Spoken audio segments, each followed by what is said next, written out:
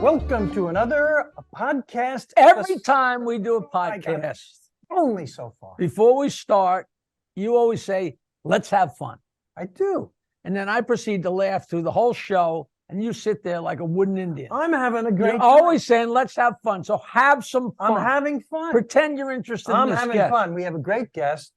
First of all, I am... He's there already. He's right here. I'm here. He's with us via Zoom. First of all, I'm Peter Bales, and this is Jackie the Joke Man Martling, and our terrific guest, longtime friend and comedian who's done everything. There he is, Max Dolcelli. Dolcelli, la dolce vita. Is he a comedian or is he an operetta? He's a comedian, and he's a funny... Sounds like a pizza joint. Dolcelli. And welcome, Max. Thanks. It was a pizza joint. I used to make pizza before I did comedy. Did you really? I had my own pizzeria in Summit, New Jersey. And was it good pizza? Was it up? It was great pizza. It was Manhattan standards. But you know what? I started doing the road, and I had to get rid of it. I had to sell it. That's a true story. That's a true story. I thought you were just rolling with the whole thing. No. And I'm really glad you guys have me on your show. Since you guys started this, I've been waiting by the phone every single day and waiting for you to call me. We had the Every number day. wrong. We had the number. Every day I waited. Finally, my wife said, eat something, you'll faint. I said, no, I don't want my mouth to be full in case they call me. You know, The Noel Nicholson May bit right there. for years, I could not put together. Yeah. I knew, and I've been telling the story forever about the first time I met Sam Kinison and when I did the gig and blah, blah, blah, and explain. But there was a third guy in the van, and I just could not remember back that far. And turns out, I don't know how we came across it, but it was you and me. I met Sam Kinison in LA. You want me to tell you the story, how I met him and how he Yeah. I want you to, but first I want Bales to tell our audience, as stupid as this sounds, who Sam Kinison was. Sam Kinison, we have younger viewers, believe it or not. He was a special. Google him. Well, yes, Google him, but he was an outrageous comedian from an earlier generation by now. And he's almost indescribable. I'll take a shot at it. He started out as an itinerant traveling preacher with an incredible voice who transitioned into comedy, and outrageous doesn't... And use that same loud, boisterous. But if there was any comic you think would be ubiquitous and it would travel over the decades, I was at physical therapy today, and I said, oh, we're going to have a great podcast. Today we're doing two. The first one we're doing with a guy I was with when I first met Sam Kinison. And this guy doing the physical therapy is no kid. And he said, who's that? I know. And I was like, whoa. You know, I mean, I can understand, you know, I don't know who, you know. I worked with an African-American singer on a cruise ship just recently. And I said, Otis Redding. And he said, who? Oh, no. Whoa. I could not believe it. He didn't know who Otis Redding was. I hope you heard him. Well, you know, the ultimate example of that for me is when Ricky Henderson was on the Yankees. They asked him about Jackie Robinson. You know, who's Jackie Robinson? You can't. Kidding me. Hold on a second. Who's Ricky Henderson? I'm kidding. I'm kidding. How did you meet Sam Kinison? Okay. We should do a little example of Sam. Remember that bit he used to do? He goes, you ever watch those TV shows where they show these poor starving children out in the middle of a desert? Remember those shows? You want to know why they're starving? Because they live in a desert. There's no food here. Nothing's going to grow here. It's always going to be sand. Want to help these people out? Don't send them food, send them luggage. Move them to where the food is. This is sand. Nothing's going to grow here. So great. Remember that? Oh, Yeah, Pretty and bit. you know what? Beyond what he was saying, there is truth behind it. oh, I know. It is true. There's never going to be food there. Why don't you go live where the food is? Yeah. Anyway, I was in Los Angeles. I was staying with Lenny. Remember Lenny Schultz? Oh, Lenny Schultz. Go still in crazy, contact with him. Nobody could follow Lenny. Nobody. Even Robin one day said, I can't follow this guy. You know, Wow. anyway, I was out in LA and he was staying, I was staying with him in Sharon, and I was doing some stuff out there back in '82, I think. And what happened was he brings me to the Comedy Store, and we go to the Comedy Store. He goes, "You got to see this guy. He's crazier than me." So I walk into the original room, and I saw this guy on stage, and he's like doing the whole thing. "This is Sam," and yeah, how Sam, when he gets real dirty, and people were walking out on him. And he goes, "You hate me? You hate me? I only wish I had a list of your sacred dead." I could write me. I actually saw Sam Kinison in Florida. We were working at the Fort Lauderdale comic strip, and we had an outside gig, Yeah. and they were not expecting a comedian. They were certainly not expecting the unknown Sam Kinison, and he walked 300 people. Yeah. You know, he was a lot to get used to, Yeah, oh, yeah. But he got people a following. caught on. And, you know, you mentioned Lenny Schultz. Jackie and I tell Lenny Schultz stories to each other because, you know, he was pretty well known. He had a short stint on the reboot of Laugh-In, Right. and he was known as the Bionic Chicken. He and- sent me a picture. He did the first New Year's Eve at the Comedy Store. I don't even know what year that would have been. It was a zillion years ago. Yeah. Now, let me ask you. Okay, now, So I'll the tell you how I night- met him. The Let me night tell you how I met met him. you, I not What? met you, but the midnight of me, you and Sam, you already knew him? Oh, yeah. What happened was I'm out there in LA. So I meet Sam Kinison, and I watch his set, and I thought, this guy's great. But the audience were walking out. So I walked up to him after he got off stage, and I said, "Man, I love your stuff. I love, you know, if you ever come to New York City, they would love you in New York." I goes, "Well, I don't know anybody in New York City." And I said, "Well, I'm from New York, and I actually live in Jersey." He goes, "Well, I'd love to come to New York." I said, "Well, if you ever come to New York, give me a call." Like, and I knew Balazzo's, and I knew, what's Jerry Stanley and everybody that booked rooms, And I said, "I can get you work. The money's not great, but I can get you some work. They'll love you." And he goes, "Well, man, I'd love to come to New York, but I have no place to stay in New York." And just to be polite, this is 1982. I said, "You can stay with me." I just said it to be polite and thinking I'd never hear from him. I gave him my phone number, and we talked for about 10 minutes or so. Then that was it. I left. 2 days later, I fly home, and I get a call. "Hey, Max, this is Sam."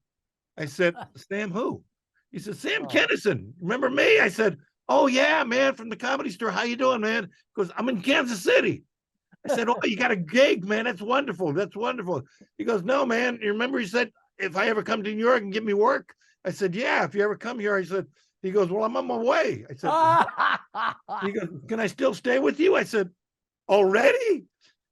I said, yeah, okay. Yeah, there's a big water bed in the basement. You can sleep there." He goes, "Well, I got my girlfriend Corey with me. Can she stay too?" At this point, are you married or do you have roommates? I was married. I had to tell my wife at the time that Sam Kinison come. Okay, so he goes, "And my girlfriend Corey, can she stay too?" I said, yeah.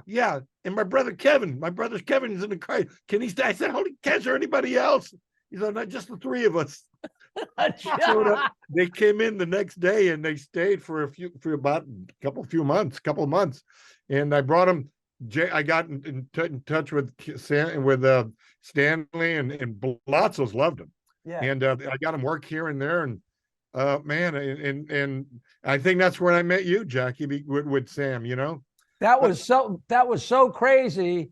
It was. We got in that van, and the three of us just started drinking and having fun. And Max, it is like ingrained in my head. Yeah. And Balazzo saying, "Jackie, you host the show and save a lot of your stuff, because I don't know how Sam's going to go over, because he's a little different." Yeah, it was Sam. And those people were so shocked out of their shorts, man. My God, it was like lightning struck them, There's a picture of Sam and his girlfriend in my kitchen. Wow. Corey, back in 19. Remember he. Hold that still. That is him. That's Sam Kinison. He didn't look like that for very long. That's No. not him on stage. No, but And that he was got rid of him the in my mustache. house, and his No, girlfriend. Yeah. It's like he shrunk and expanded. Oh, there you go. Maybe the picture went down. That's great. No, That's good. great. That's great. Good. That's Sam Kinison and his girlfriend. So you started in Los Angeles? No, I started you know how I started? Back in when did you guys start doing comedy? What year? 70. Well, I call my official starting date 79, because that's the first time I told jokes Me too. and play guitar as opposed to playing guitar and telling jokes. And Vic from the Rainy Night House actually handed me money. I said, okay, that I'm going to start the club. You know? The Rainy Night House. 1979 is my magic year too. What, 79? Me 1979. too. December of 1979. What happened was I was involved in an off-Broadway show, and the star of the show was a guy named, remember Divine? Yes. Of course. Divine, yeah. Well, he took the whole cast to see we went to the comic strip back in like around 78, maybe 79. And I remember I remember the three comics too. It was Larry Miller, Seinfeld, Uncle Dirty. And Uncle Dirty impressed me more than the other two. That's really? Yeah, honestly. It's Did you Uncle like Uncle Dirty Dirty? time. Oh man. Uncle Dirty was actually, he was around for so long. I would call him almost a beat comic. He was, he predated hippies even. He was doing what Carlin ended up becoming famous for. Yes. Yes, he was. I remember hosting a show at my father's place in Roslyn on Long Island and saying to the crowd, I'm really sorry to announce that Uncle Dirty's not going to be on the show tonight because he had car trouble and he was passed out down in the green room, dead drunk. Yeah. Did you know he was in the movie Goodfellas? No. You got to watch Goodfellas. I got to watch the movie again just so I can see Dirty. Remember Ray Liotta was Henry Hill, and he was married to Karen. Yeah. And when he went to Karen's house the first time to meet her parents, Uncle Dirty was Karen's father. That's the I got to watch that movie just so I can see that. Ridiculous trivia. So to our viewers, this show is made for Googling. You are Googling Lenny Schultz. Yeah, Google it. You are Googling Uncle Dirty. And Sam Kinison. Actually, well, Sam Kinison, you really should. Uncle Dirty has a website called The Real Uncle Dirty. You know? He can't still, he's long gone. No, he passed away about 3 or 4 years ago. Yes. But anyway, I remember going to the show, the comedy show, never went to a live comedy show before. I can meet more chicks doing that. That was my motivation. My motivation. That is everybody's motivation. You know, they say everybody says that they went into comedy or music to meet chicks. And the few people that don't admit that are lying. Yeah. Let me put it this way. That may have crossed my mind. It may have crossed. I think it crossed your mind 3 times since we started this show. I'm sure it crossed. It crossed Richard. What was it? Who was that comedian? JJ. Oh, JJ Ramirez. You remember JJ Ramirez? Oh, a legend. Yeah, a Latin lunatic. Terrific comedian. God. Oh yeah. Funny guy. Yeah. He's the East Coast distributor of crabs. We'll just leave it at that. So when you went to see you with Divine, were you like with John Waters? No, just Divine and the cast of this show called Women Behind Bars, and we were all to see this show. We went to the comedy show, and then I wanted to try comedy, so I finally got the courage, and I called up all these people I knew and said, "What's the best club to go there?" And they told me Catch a Rising Star, and I went in there and I walked right up to the owner.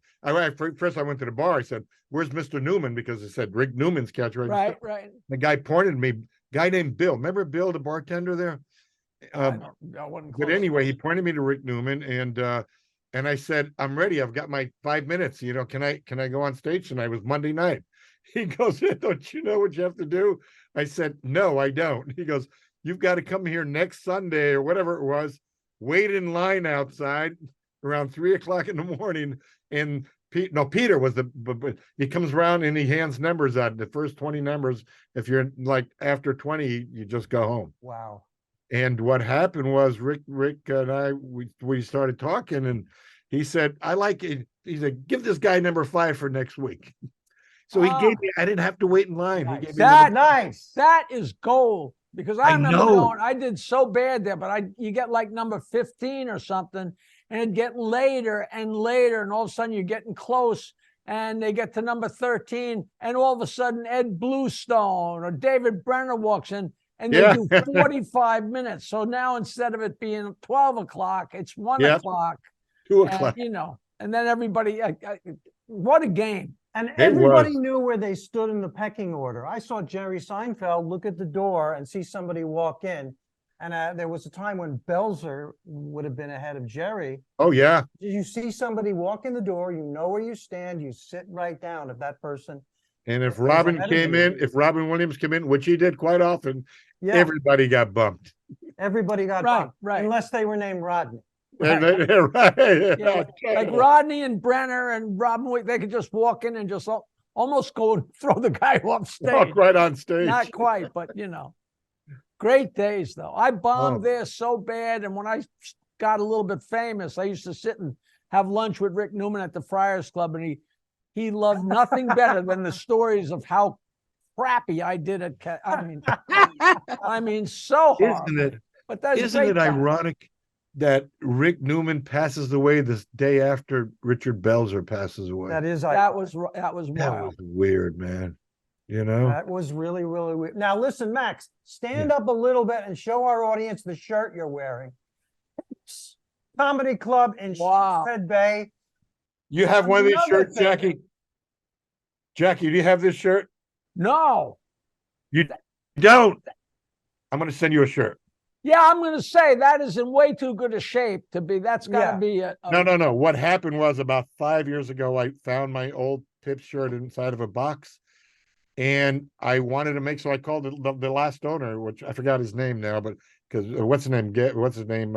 Ray. Yeah, Ray died, and then there's somebody else who took it. But anyway, he said, "Yeah, go ahead." So I made up like about 2 or 3 dozen, and I gave them all the way to comic. Then I had to make some more because more comics wanted them, and a lot of comics got this shirt. I'm sure so many people. I still got a bunch of those A bunch of horrible old celebrities. satin jackets. Yeah, The yeah, satin yeah. jackets that said rascals or Yeah, governors or chuckles, and These are well-known comedy clubs in the New York area.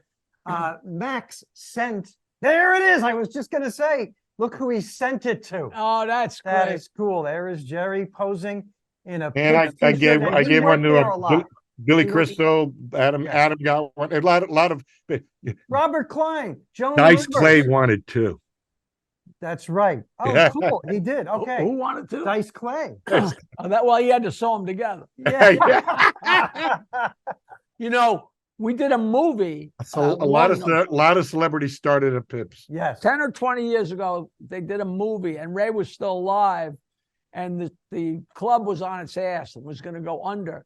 So they decided to make a movie about a club that was going under, that threw a show to try to save the club. But meanwhile, the movie was to attempt to save the club. And Ray Garvey had done a lot of Woody Allen movies, and the guy who Yeah. was shooting the movie was one of Woody's cinematographers, whatever. So we had everybody, and I wound up doing like jokes at the end so they could run the credits. In addition to my regulars, everybody had a few minutes.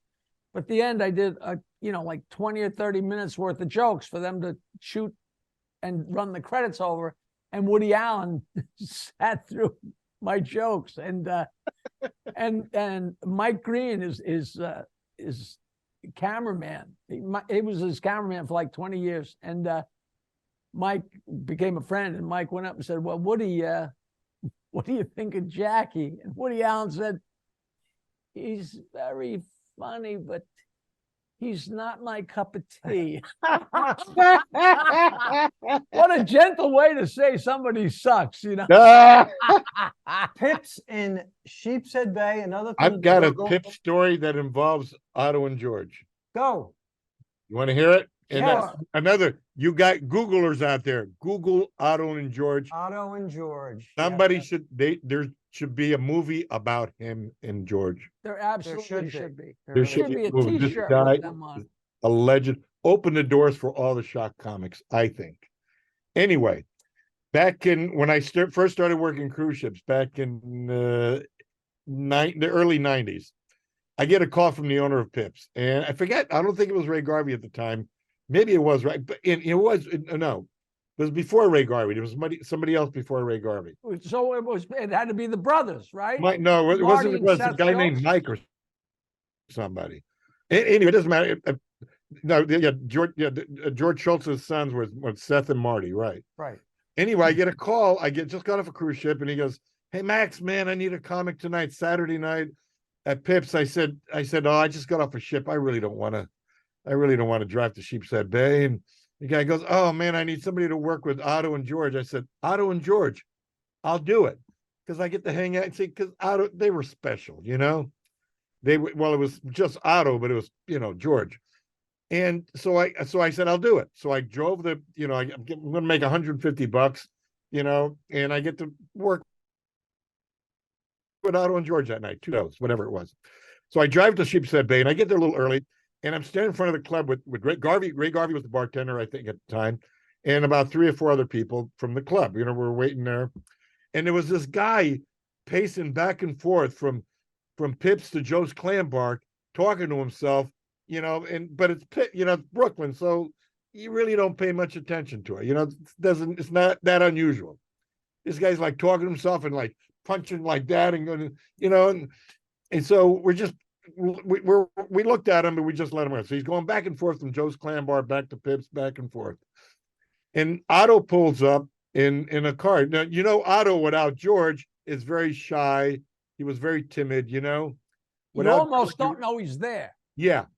So he gets out of the limo out of the taxi. But luckily, the guy's on the other side. He's over there by Joe's Clam Bar, and he sees Otto. And this is an example of how insecure comedians are. Huh. So he gets out of the taxi and he's walking towards the club, and we're all standing out in front of there. This guy sees him and he comes running over to him and he goes, "You!" Now, can I swear? Yeah. Can I swear? Because the guy said, you motherfucker, last night I was here with my friends. You were making fun of my mother and in front of my friends. I came here to freaking kick your ass, but blah, blah, blah. And Otto's like, what are you talking about? What do you mean? What do you mean? He goes, what do you mean? Last night I was here with my friends and you were making fun of my mother in front of my friends. I came here to kick your fucking ass, but you got all your friends here, blah, blah, blah, and yelling. And Otto going, I'm really sorry. I didn't really mean to do that, and George is in the bag. I wish George was out because George would have ripped them apart. Right. But anyway, the guy's like screaming at him. He goes, if it wasn't for your friends here, I would have freaking ripped your head off and shit down your throat. And the guy starts to walk away. And I swear to God, Otto said, well, did you like the rest of my show?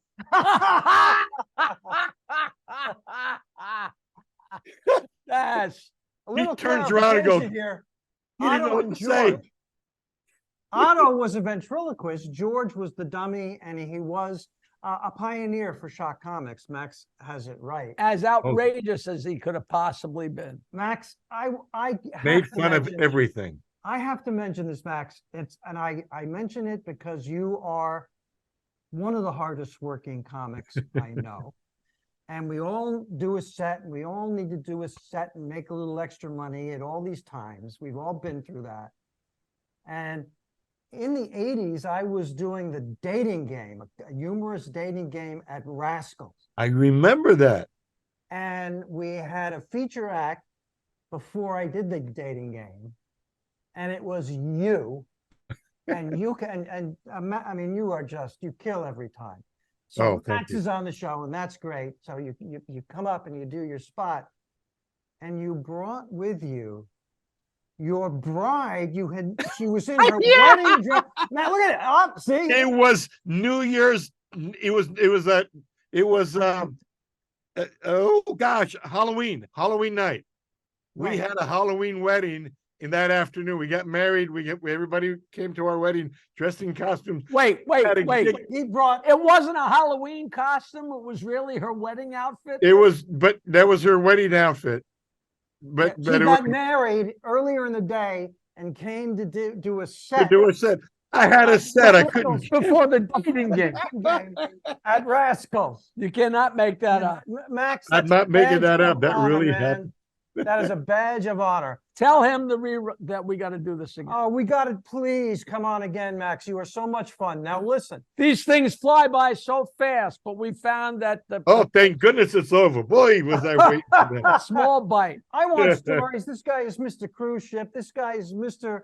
Travel the Country. This guy is Las Vegas and Atlantic City. We got to do this again, Max. You I want to are work in Atlantic funny. City again. The Borgata. And I don't know who's booking it now, but it's been a Yeah, while. it's like a hot potato. You That's know? right. Yeah. Yeah. Max Dolcelli, thank you so much for coming It's on. an honor to work with you guys. Jackie, can I just say that Jackie Martling in this business is a legend. He knows more jokes than any other comedian. And Peter Bales, another legend.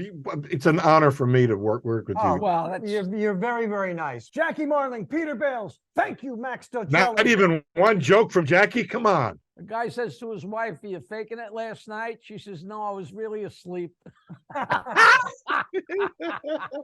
I'm sorry, Max, if that hits home with you. Yeah. I know. See Take you care. later. We'll see you next time. Love you guys. That was a pretty good episode. A new episode every Wednesday with me, Peter Bales, Jackie the Joke Man Martling, comedians, interesting people. Leave a comment. We'll get what am I saying? I don't know. We're gonna get back to you. We will respond to your comment. Standupmemories.com. If you go there, it shows all the different All platforms. Spotify, we're on everything. Every Wednesday. Stand Up Memories, Every Wednesday. a new episode.